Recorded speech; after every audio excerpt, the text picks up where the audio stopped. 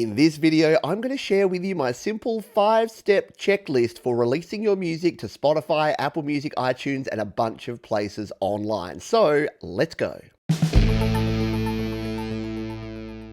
It has never been easier to release your own music online, and thanks to today's sponsor DistroKid, it is now more affordable than ever as well. For just $19.99 per year, you can upload an unlimited number of songs, EPs, and albums to Spotify, Google Play, Amazon, and a bunch of other places. In fact, hundreds of different platforms. And even better, if you use the promo code down in the description, you'll get 7% off your first year on any DistroKid plan. Let's kick into this checklist with number 1, which is your artist name. Before you start releasing music, you need to ensure that you have an original artist name. Now, why is this so important? Well, if you release music under a name that another band or another artist already uses, it can create some serious confusion when it comes to places like Spotify and Apple Music, because they may add your music to the other artist or their music to your profile. Now, that just creates a bunch of headaches that you really don't need. So,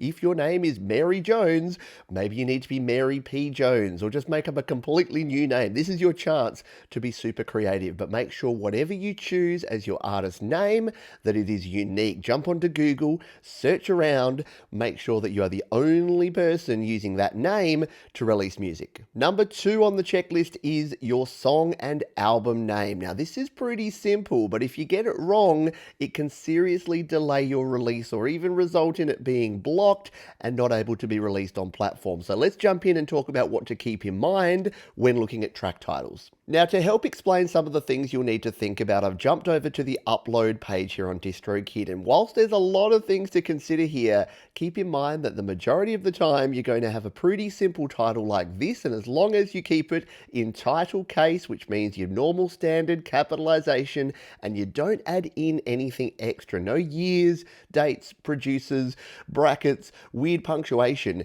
you're generally going to be fine. There is a specific way you need to add things like featured artists, so you can check that out here in the details as well. And for even more information, you can head over to my DistroKid FAQ at studiolivetoday.com/DistroKid, where I've got a bunch of links to all of the different guidelines, including this one here, which is a really handy guide to ensuring you don't get your title rejected. Number 3 on our checklist is your album artwork. Now, your artwork needs to be at least 1000 by 1000 pixels, but I recommend at least 3000 by 3000, maybe even 5000 by 5000 pixels as a JPEG or a PNG image. There's a bunch more to keep in mind, so let's jump into some of the things to consider with your artwork. Once again, the DistroKid Support Center have a great article that goes through all the things to keep in mind. So let's jump through these really quickly.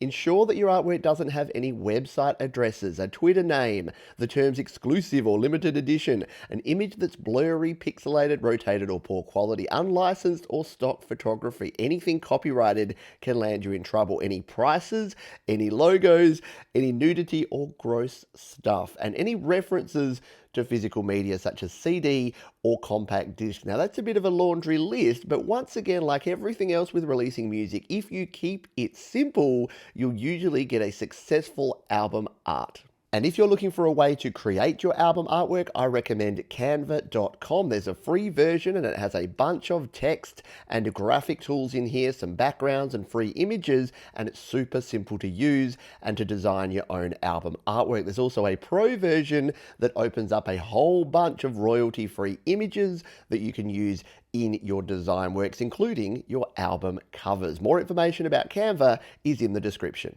If you're getting value out of this checklist and want even more information, don't forget to jump over to studiolivetoday.com/DistroKid. And if you are enjoying this one, hit the like button and make sure you're subscribed to keep up to date with all the future videos here on the channel.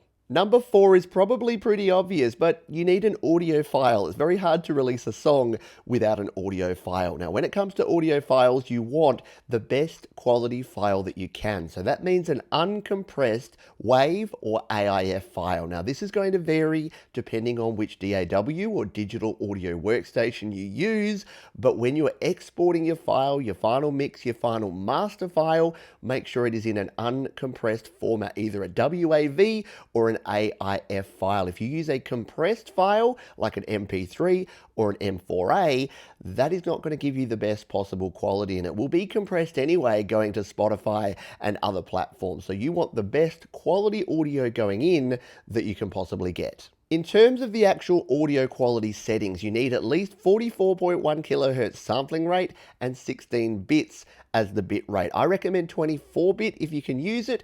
You can go up to 96 kilohertz on the sampling rate, but it doesn't really make a whole lot of difference. If that means nothing to you, just check the settings when you're exporting from your DAW and make sure that they match those and they're as high as you can push them to based on your original audio that you've recorded. And if you want to learn more about why uncompressed audio is so important and that compressed audio is really not a good idea, check the video linked down in the description where I explain sampling rate, bit rate, and how everything ties together when it comes to digital audio. Last but certainly not least, check everything again. Measure once, cut twice. Get it right at the source. I don't care what you call it.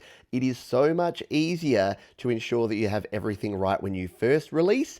It is possible to edit and change after you've released, and there's a video down in the description as well as information over at the checklist on studiolivetoday.com/DistroKid, but just take it from me as someone who's had to go through it before. If you can get it right the first time and release your song, you will be so much happier. Going back and trying to change it if you've got the audio file wrong, or you've got the title wrong, or your album artwork gets rejected, it is just not worth it. So get it right at the source. You'll get that green light from DistroKid, and your fans will be rocking out to your stuff on Spotify, Apple Music, and a bunch of other places before you know it.